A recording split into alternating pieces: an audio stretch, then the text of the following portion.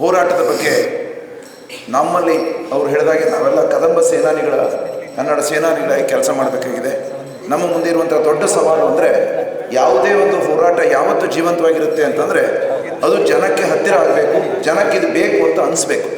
ಹಾಗಾಗಿ ನಾನು ನಿಮ್ಮೆಲ್ಲರಲ್ಲಿ ವಿನಂತಿಸ್ಕೊಳ್ಳೋದೇನಂತಂದರೆ ನಾವು ನಮ್ಮ ಸುತ್ತಮುತ್ತಲಿನ ಜನರಿಗೆ ಈ ಹೋರಾಟದ ಅಗತ್ಯದ ಬಗ್ಗೆ ಮನವರಿಕೆಯನ್ನು ಮಾಡಿಕೊಡ್ಬೇಕು, ಎಲ್ಲರೂ ಪಾಲ್ಗೊಳ್ಳುವ ಹಾಗೆ. ಇದು ನನ್ನ ಹೋರಾಟ ಅಂತೇಳಿ ನಾನು ಅನಂತಮೂರ್ತಿಯವರ ಮಾತಿಗೆ ಪೂರ್ವಕವಾಗಿ ಹೇಳೋದು ಅಂತಂದರೆ ನಮ್ಮ ಮುಂದಿನ ಜನಾಂಗ ಈಗ ತಾವು ನೋಡಿದ್ದೀರಿ, ಸಿರ್ಸಿಯಿಂದ ಬಹುತೇಕ ನಮ್ಮ ಯುವಕರೆಲ್ಲ ಹೊರಗಡೆನೇ ಹೋಗ್ತಾ ಇದ್ದಾರೆ, ಉದ್ಯೋಗಕ್ಕೆ ಅರಸ್ಕೊಂಡು ಹೋಗ್ತಾ ಇದ್ದಾರೆ.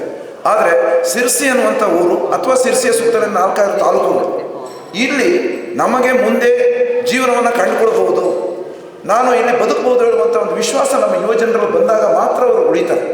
ಹಾಗಾಗಿ ನಾವಿಷ್ಟು ದಿವಸ ನಾವು ಸಾಕಷ್ಟು ಜನ ಇಲ್ಲಿ ಬಹುತೇಕ ಮಧ್ಯ ವಯಸ್ಸಿನ ಕಳೆದವರು ಸಾಕಷ್ಟು ಜನ ಇದ್ದೀರಿ, ಯುವಕರು ಕೆಲವರು ಇದ್ದಾರೆ. ಪ್ರಿಯ ವೀಕ್ಷಕರೇ, ಈ ವಿಡಿಯೋವನ್ನ ನೋಡೋದಕ್ಕೂ ಮೊದಲು ನಮ್ಮ ಚಾನೆಲ್ ಅನ್ನ ಇನ್ನು ಸಬ್ಸ್ಕ್ರೈಬ್ ಮಾಡ್ಕೊಂಡಿಲ್ಲ ಆದ್ರೆ ತಕ್ಷಣವೇ ಸಬ್ಸ್ಕ್ರೈಬ್ ಮಾಡ್ಕೊಳ್ಳಿ. ಹಾಗೆ ವಿಡಿಯೋ ಇಷ್ಟ ಆಗಿದ್ರೆ ಶೇರ್ ಮಾಡಿ. ಮಧ್ಯ ವಯಸ್ಸಿನ ಕಳೆದವರ ನಮ್ಮ ಜವಾಬ್ದಾರಿ ಅಂತಂದ್ರೆ ಬಹುತೇಕ ನಾಳೆ ನಮ್ಮ ಮಕ್ಕಳು ನಮಗೆ ಕೇಳಿದ್ರೆ ನಮ್ಗೆ ಏನು ಮಾಡಿಟ್ಟಿದ್ದೀರಿ ಇಲ್ಲಿ ಅಂತ ಕೇಳಿದ್ರೆ ಬಹುತೇಕ ಉತ್ತರ ನಮ್ಮ ಹತ್ರ ಕೊಡ್ಲಿಕ್ಕೇನೂ ಇಲ್ಲ. ಹಾಗಾಗಿ ನಾವು ನಮ್ಮ ಬದ್ಧತೆ ಏನು ಅಂತಂದ್ರೆ ಮುಂದಿನ ಜನಾಂಗಕ್ಕೆ ನಾವು ಇದನ್ನ ಜಿಲ್ಲೆಯನ್ನು ಮಾಡಿಕೊಟ್ಟಿದ್ದೇವೆ, ನಿಮಗೆ ಬದುಕಲಿಕ್ಕೆ ಅವಕಾಶ ಮಾಡಿಕೊಟ್ಟಿದ್ದೇವೆ ಹೇಳುವಂಥ ಒಂದು ಆತ್ಮಸ್ಥೈರ್ಯದ ಮಾತು ಪೇರೆಂಟ್ಸ್ ಆಗಿ ನಮಗೆ ಬರಬೇಕಾಗುತ್ತೆ. ಹಾಗಾಗಿ ನಮ್ಮ ಜನಾಂಗಕ್ಕೆ ಕೊಡುವಂಥ ಕೊಡುಗೆ ಇದು ಕೇವಲ ಒಂದು ಸಣ್ಣ ದೃಷ್ಟಿ ಇದಲ್ಲ, ಒಂದು ದೂರದೃಷ್ಟಿಯ ಹೋರಾಟ ಆಗಬೇಕು.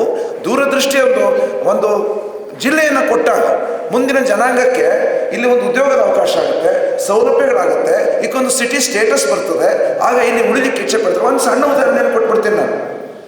ಒಬ್ಬ ಉದ್ಯೋಗಿ ಇದ್ದರು ಸಿರ್ಸಿ ಒಳಗೆ, ಫ್ಯಾಮಿಲಿ ತಂದಿದ್ರು ಸಿರ್ಸಿಗೆ. ಫ್ಯಾಮಿಲಿ ತಂದಾಗ ಒಂದಷ್ಟು ದಿವಸ 6 ತಿಂಗಳಾದಮೇಲೆ ಒಂದಿಷ್ಟು ಹೋಟ್ಲಿಗೆ ಹೋಗ್ತಾ ಇದ್ರು. ಕೇಳಿದೆ, ಯಾಕೆ ಹೋಟ್ಲಲ್ಲಿ ಊಟ ಮಾಡ್ತಿದ್ರಿ? ಇಲ್ಲ ನಾನು ಇಲ್ರಿ ಫ್ಯಾಮಿಲಿ ಹುಬ್ಳಿಗೆ ಹೋಗ್ಬಿಡ್ತು. ಯಾಕೆ ಕೇಳಿದೆ? ಇಲ್ಲಿ ಮಾಲ್ ಇಲ್ಲ, ಮಾರ್ಕೆಟಿಂಗ್ ಇಲ್ಲ ಅಂತ ಹೆಣ್ಮಕ್ಳಿಗೆ ಬೇಜಾರಾಯ್ತಂತೆ, ಶಿಫ್ಟ್ ಆಗಿಬಿಟ್ರು. ಆಗ ನಂಗೆ ಅನಿಸಿದ್ದೇನು ಗೊತ್ತಾ, ಏನಾಗಿದೆ ಕೇಳಿದ್ರೆ ಹೊಸ ಯುವ ಜನಾಂಗದಲ್ಲಿ ಯಾವ ರೀತಿ ಭಾವನೆ ಇದೆ ಅಂತಂದರೆ ಒಂದು ವಿವಿಧ ರೀತಿಯ ಸೌಲಭ್ಯಗಳು ಬೇಕು, ಆಧುನಿಕ ಸೌಲಭ್ಯಗಳು ಬೇಕು ಅಂತ ನಿರೀಕ್ಷೆ ಮಾಡ್ತಾರೆ. ತಪ್ಪಲ್ಲ ಅದು, ಅದನ್ನು ನಾವು ಎಲ್ಲಿವರೆಗೆ ಕೊಡೋಲ್ಲ. ನಮ್ಮ ಮಕ್ಕಳು ಎಲ್ಲಿರ್ಬೇಕು ಅಂತ ಯಾಕಿರ್ತಾರೆ? ಹಾಗಾಗಿ ಮುಂದಿನ ಜನಾಂಗಕ್ಕೆ ನಾವು ಕೊಡಬಹುದಾದಂಥ ಕೊಡುಗೆ ಅಂತಂದರೆ, ನಮ್ಮ ನೆಕ್ಸ್ಟ್ ಜನ್ರೇಷನ್ಗೆ ಕೊಡಬೇಕಾದ ಕೊಡುಗೆ ಅಂತಂದರೆ ನಮ್ಮ ಜಿಲ್ಲೆಯ ರಚನೆ. ನಮ್ಮದೇ ಆದಂಥ ಒಂದು ಅದ್ಭುತವಾದ ಜಿಲ್ಲೆ ಆಯಿತು ಅಂದರೆ ಇಲ್ಲಿ ಎಲ್ಲವೂ ಬರುತ್ತೆ, ಇಲ್ಲಿ ಎಲ್ಲವೂ ಸಿಗುತ್ತೆ, ಬದುಕಿನ ಒಂದು ಸಂತೋಷವನ್ನು ಅನುಭವಿಸುವಂಥ ಅವಕಾಶ ನಮ್ಮ ಮಕ್ಕಳಿಗೆ ಕೊಡ್ಲಿಕ್ಕೆ ಸಾಧ್ಯ ಆಗುತ್ತೆ. ಹಾಗಾಗಿ ನಿಮ್ಮೆಲ್ಲರೂ ನಾನು ಕೈ ಮುಗಿದು ಕೇಳ್ಕೊಳ್ತೇನೆ, ನಾವು ನಮ್ಮ ಜನ್ರೇಷನ್ಗಾಗಿ ಹೋರಾಡೋಣ, ಮುಂದಿನ ಜನ್ರೇಷನ್ಗಾಗಿ ಹೋರಾಟವನ್ನು ಮಾಡಬೇಕಾಗಿದೆ. ನಾಳೆ 19ರಿಂದ ಏನು ಶುರುವಾಗುತ್ತೆ, ಎಲ್ಲ ಸಂಘಟನೆ ಮುಖ್ಯಸ್ಥರು ಬಂದಿದ್ದೀರಿ, ನಿಮ್ಮ ಸ್ನೇಹಿತರನ್ನು, ನಿಮ್ಮ ಸಂಘಟನೆಯಲ್ಲಿರುವಂಥ ಒಡನಾಡಿಗಳನ್ನೆಲ್ಲವನ್ನೂ ಕರ್ಕೊಂಡು ಬಂದು ಈ ಹೋರಾಟವನ್ನು ಒಳ್ಳೆಯ ರೀತಿಯಲ್ಲಿ ನಾವು ಮುಂದುವರ್ಸ್ಕೊಂಡು ಹೋಗಬೇಕು ಅಂತ ಮಾತನ್ನು ತಮ್ಮ ಮುಂದೆ ಹೇಳ್ತಾರೆ. ಮತ್ತೆ ಹೇಳ್ತೇನೆ, ನಾವು ಮುಂದಿನ ಜನ್ರೇಷನ್ಗೆ ಕೊಡುವುದು ಯಾವುದೋ ಒಂದು ಸೀಮಿತ ಉದ್ದೇಶಕ್ಕೆ ಅಲ್ಲ ಇದು ಅನ್ನೋದನ್ನು ದಯಮಾಡಿ ತಮ್ಮ ಮನಸ್ಸನ್ನು ರೆಕಾರ್ಡ್ ಮಾಡ್ಕೊಳ್ಳಿ. ನಾವು ಆ ರೀತಿಯಲ್ಲಿ ಮುಂದುವರಿಯೋಣ. ಈಗ ಚರ್ಚೆಗೆ ನಾವು ಆಸ್ಪದವನ್ನು ಇಡ್ತಾ ಇದ್ದೇವೆ. ಯಾಕೆಂದರೆ ಈ ಹೋರಾಟ ನಮ್ಮದು ಒಂದು ರೀತಿಯಲ್ಲಿ ಹೊಂಟಿದ್ದೀವಿ, ನಾವು ನಮ್ಮದೇ ಆದಂಥ ಒಂದು ಗ್ರೂಪಲ್ಲಿ ಡಿಸ್ಕಷನ್ ಮಾಡ್ಕೊಂಡು ಇದಕ್ಕೆ ಹಲವು ಆಯಾಮಗಳಿರುತ್ತೆ, ಎಲ್ಲ ವಿಷಯಕ್ಕೂ ಕೂಡ ಹಲವು ಆಯಾಮಗಳಿರುತ್ತೆ. ನೀವೆಲ್ಲ ತಿಳಿದವರಿದ್ದೀರಿ, ಬೇರೆ ಬೇರೆ ಸಂಘಟನೆಗಳಿದ್ದೀರಿ, ಹೋರಾಟವನ್ನು ಮಾಡಿದ ಅನುಭವವನ್ನು ಇಟ್ಕೊಂಡವರಿದ್ದೀರಿ. ಹಾಗಾಗಿ ಇದು ಯಾವ ರೀತಿಯಲ್ಲಿ ಸಾಗಬೇಕು ಅನ್ನೋದ್ರ ಬಗ್ಗೆ ನಿಮ್ಮ ಸಲಹೆಯನ್ನು ಸೂಕ್ಷ್ಮ ಕೊಡಬೇಕು. ತಮ್ಮಲ್ಲಿ ನನ್ನ ವಿಜ್ಞಾಪನೆ ಅಂತಂದರೆ ವೇದಿಕೆಯ ಮೇಲೆ ಹೆಸರನ್ನು ಯಾರೂ ದಯಮಾಡಿ ತಗೊಳ್ಬೇಡಿ, ನೇರವಾಗಿ ವಿಷಯಕ್ಕೆ ಬನ್ನಿ. ಎಲ್ಲರಿಗೂ 2ರಿಂದ 3 ನಿಮಿಷ ಅವಕಾಶ ಅಷ್ಟೇ, ಅದಕ್ಕಿಂತ ಜಾಸ್ತಿ ಕೊಡೋದು ಬೇಡ. 2ರಿಂದ 3 ನಿಮಿಷ ಅವಕಾಶವನ್ನು ಕೊಡ್ತೀವಿ. ನೀವು ಯಾರ್ಯಾರು ಅಪೇಕ್ಷೆ ಪಡ್ತೀರೋ, ಯಾಕೆಂದರೆ ಯಲ್ಲಾಪುರದಿಂದ ಬಂದಿದ್ದಾರೆ, ಮುಂಡಗೋಡಿಂದ ಬಂದಿದ್ದಾರೆ, ಆಮೇಲೆ ವಿವಿಧ ಸಂಘಟನೆಗಳೆಲ್ಲ ಇದ್ದೀರಿ. ಹಾಗಾಗಿ ನಿಮ್ಮ ಸಲಹೆ ಪ್ರದೀಪ್ ಚೇರ್ ಕೊಡಿ, ಪ್ರದೀಪ್ ನಗರಸಭೆ ಸದಸ್ಯರಿ. ಎಸ್, ಹಾಗಾಗಿ ನಿಮ್ಮಲ್ಲಿ ವಿನಂತಿ ಮಾಡ್ಕೊಳ್ತಾ ಬಹುತೇಕ ನಾವು ಓಪನ್ ಫೋರಮ್ ಶುರು ಮಾಡ್ಬೋದು ಅಂತ ಅನ್ಕೊಳ್ತೀನಿ. ಅಧ್ಯಕ್ಷರ ಅನುಮತಿ ಕೊಟ್ಟರೆ ಇಲ್ಲಿ ಯಾರೆಲ್ಲ ಮುಗಿದ್ರ ಮಾತಾಡೋದು ಆಯ್ತು, ಹಂಗೇನಿಲ್ಲ ಸರ್.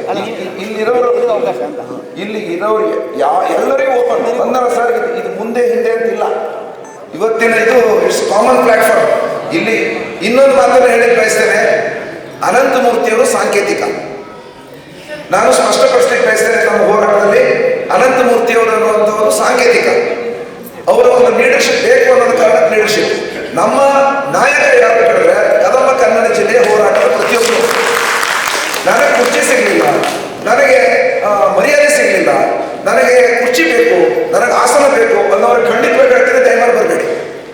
ಅಂಥವ್ರು ಯಾರು ಕುರ್ಚಿಗೆ ಆಸೆ ಪಡ್ತೀರಿ ಬರಬೇಡಿ. ಧ್ಯೇಯ ಒಂದೇ, ಇಲ್ಲಿ ನಮ್ಮ ನಾಯಕರ ಕೇಳಿ ನಮ್ಮ ಧ್ಯೇಯ ಜಿಲ್ಲೆ ಆಗಬೇಕು. ಆ ಜಿಲ್ಲೆ ಆಗಬೇಕು ಅನ್ನುವಂಥ ನನ್ನ ತನ್ಮಯ, ನನ್ನ ತನುಮನ ಧನ ಎಲ್ಲವನ್ನೂ ಕೊಡಲಿಕ್ಕೆ ಸಿದ್ಧನಿದ್ದೇನೆ ಅನ್ನುವಂಥ ಭಾವನೆಯಲ್ಲಿ ಯಾರ್ಯಾರು ಬರ್ತೀರೋ ಅವರೆಲ್ಲರಿಗೂ ಮುಕ್ತವಾದ ಸ್ವಾಗತ ಇದೆ. ಅವ್ರನ್ನ ಅಪ್ಕೊಂಡು ನಾವು ಮುಂದುವರಿದ್ದೇವೆ. ಇದನ್ನು ಸ್ಪಷ್ಟಪಡಿಸಲಿಕ್ಕೆ ಬಯಸ್ತೇನೆ. ಯಾರು ಅಕಸ್ಮಾತ್ ಇದು ಕುರ್ಚಿ ಇನ್ನೂ ಒಂದು ಮಾತು ಹೇಳಿ ಬಯಸ್ತೇನೆ ನಾನು. ಯಾರಾದರೂ ಇದು ಜಾತಿ ಸಂಘಟನೆ ಅಂದ್ಕೊಂಡಿದ್ರೆ ಖಂಡಿತವಾಗಿಯೂ ಅಲ್ಲ. ಇದು ಎಲ್ಲರೂ ಸಂಘಟನೆ. ಇಲ್ಲಿ ಕೂಲಿಕಾರರಿಂದ ಹಿಡಿದು ಶ್ರೀಮಂತನವರಿಗೆ ಎಲ್ಲರಿಗೂ ಸಿಗೋದು ಒಂದೇ ಮರ್ಯಾದೆ, ಅದು ಕದಂಬ ಸೇನಾನಿ ಅನ್ನುವಂಥ ಮರ್ಯಾದೆ. ಆ ಕದಂಬ ಕನ್ನಡ ಸೇನಾನಿ ಅನ್ನುವಂಥ ಮರ್ಯಾದೆಯನ್ನು ಯಾರು ಒಪ್ಕೊಂಡು ಬರ್ತೀರೋ ಅವರೆಲ್ಲರನ್ನ ಒಪ್ಕೊಳ್ತೇವೆ. ನಾವು ಸಂಘಟನೆಯನ್ನು ಮುಂದುವರ್ಸ್ಕೊಂಡು ಹೋಗ್ತೇವೆ. ಹಾಗಾಗಿ ಈ ಮಾತುಗಳೊಟ್ಟಿಗೆ ನಾನು ನಮ್ಮೆಲ್ಲರನ್ನ ಮತ್ತೊಮ್ಮೆ ಸ್ವಾಗತಿಸ್ತೇನೆ. ಈಗ ಪ್ರದೀಪ್ ಶೆಟ್ಟಿ ಅವರು ನಗರಸಭೆ ಅಧ್ಯಕ್ಷರು, ಯುವ ಹೋರಾಟಗಾರರು ಕೂಡ ದಯಮಾಡಿ ಪ್ಲೀಸ್ ಬರ್ರಿ ಬರ್ರಿ. ನಾವು ನಿಮ್ಮ ಕುರ್ಚಿ ನೀವು ಕೇಳಿ ನಾವು ಮಾಡ್ತೀವಿ, ಬರ್ರಿ ದಯಮಾಡಿ ಪ್ಲೀಸ್.